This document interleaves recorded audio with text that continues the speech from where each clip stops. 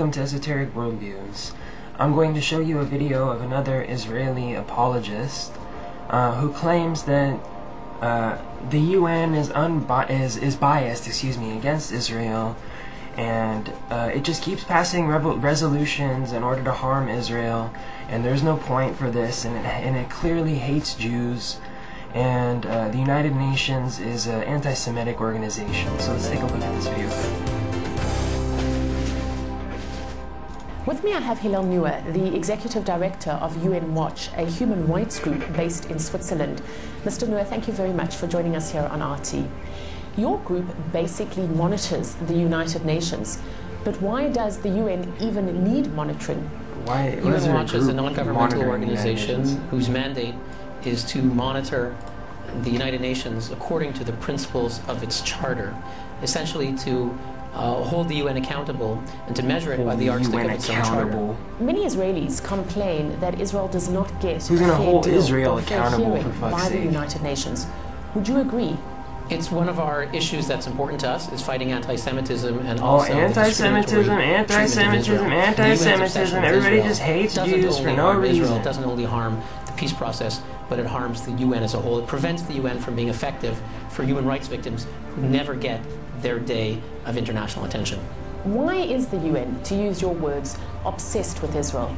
Obsessed with Israel? Well, maybe because it's been the key belligerent in the last 50 years. Since the early 1970s. The key belligerent, the key cause of all of the wars in that region of the world. Maybe that's why they're quote-unquote obsessed with you, and maybe because they haven't been able to do anything to stop you. An enormous amount of the UN's attention is ostensibly devoted to helping the Palestinians. And have the Palestinians been helped? The Palestinians have not been helped, and it was Kofi Annan himself, the Secretary General of the United Nations, in his parting speech to the Security Council, said, what have all the special agenda items and special reports and special sessions on the Palestinian situation ever done to help the Palestinians? And the reality is, very little. If you look in the past 30 years, you're damn right, very little. I wonder why. You're asking these people. They act like it's the United Nations obligation to help the Palestinians, as opposed to the Israelis' obligation to help the Palestinians, the people whose country they're currently occupying. That no matter what happens, whatever mistakes they make, whatever terrorism they may support, the UN will always be there. Whatever terrorism they may support. Make them believe that no matter what, they'll prevail. Well, what about the terrorism that Israel supports, that started the country of Israel?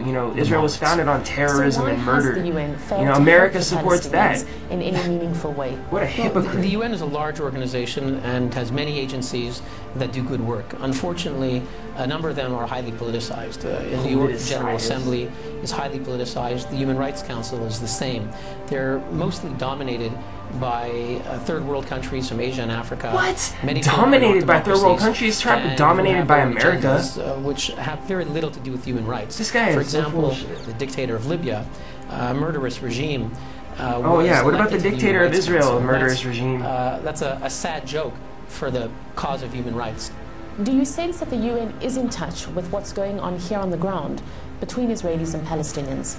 What you have really are two separate things, and it's something that I've been able to see at the Human Rights Council.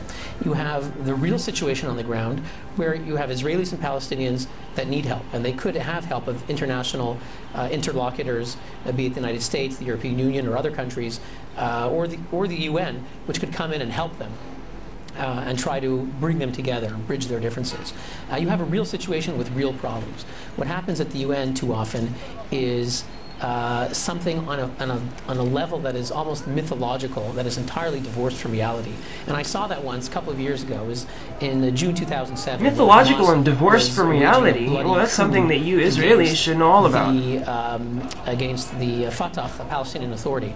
And during that time, it was very nasty. Hamas was throwing people off of rooftops. They were shooting people in hospital beds. And all they wouldn't have to be so nasty and crazy and violent if their country wasn't taken over by a foreign nemesis from Europe. Whatsoever with this conflict. And in my earpiece, listening to what was happening in the UN plenary, was they were attacking Israel, condemning Israel for human rights violations. So I think this example captures what happens at the UN, that there are real problems, real people suffering, but the UN is sort of locked into an automatic mode where all they're doing is condemn Israel. Automatic mode where all they do is condemn Israelis Israel. Have called for Israel to withdraw from the UN. Would you support such a move? And do you think it's realistic? It's not. That's not a realistic option. Obviously, theoretically, Israel could. I don't think Israel should, and I don't think Israel wants to, and I don't think it's in the interests of Israel or of the United Nations. It's all about Israel. Israel. Its creation was sanctioned by the United Nations on November 29th, 1947, when the UN called for a Jewish state. That term is used 30 times. It's kind of interesting that Palestinian Authority has difficulty accepting that. The resolution of the United Nations, General Assembly, 1947, 30 times used the word Jewish state. Oh, yes, now they want to talk about United Nations resolutions, when it suits them. What proof do you have? The UN has the right and the duty to hold Israel accountable to its international obligations on a whole range of issues, whether it's the Palestinian issue, whether it's women's rights, whatever it is, just like every other country. To account on all of its international issues and violations. Is the political hijacking of UN bodies. If we were to do that, Israel would cease to exist as a help state. Millions of human rights victims around the world. If we take the example again of the Human Rights Council, now here's a body that is pledged to promote and protect human rights for victims around the world. Yet the fact that in I can't take anymore. You get the idea. You get the idea. You know, this Israeli guy pandering to some kind of sentiment that people believe that Jews are being oppressed or something. You know, I'm sorry, people who may have a Jewish heritage or people come from Jewish backgrounds, if you've been brainwashed in this way to constantly feel oppressed and like people are out to get you, it's just not that way in the West. I'm sorry, I live in the West. You know, there's no anti-Semitism in California. None. Not a single smidge of anti-Semitism. None. Zero. Zip. Finito. Like there is racism in America. There's plenty of racism. You want to talk about being oppressed and discriminated against, go talk to some, you know, some people of Mexican origin or some, you know, African American people. They'll tell you all about being oppressed and discriminated against in the Western world. Jewish people have it, as far as I'm concerned. I don't want to sound like I'm stereotyping here, but it is a stereotype that Jewish people have it pretty well off, born into well-to-do families, you know, in high social standing with enough money to do whatever. My best friend, one of my best friends in high school was Jewish, and, you know, his family was really well off. I don't understand what the problem is. You know, Israel, one of the richest countries. You guys have created your country illegally. It was set up illegally. I don't care what you say about the United Nations or this or that. Your country is illegal. It was formed illegally. It was formed on the top of another people's state. It was formed in bloodshed and terrorism.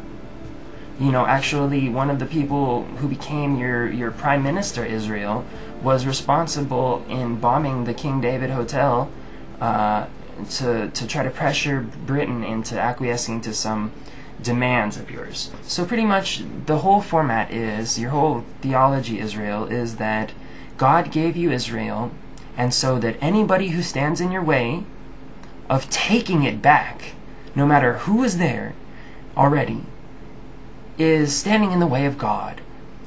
You know, that is so presumptuous. That is so presumptuous and ignorant. You know, I've seen a lot of Israelis, and they carry this attitude with them, and it's just so offensive.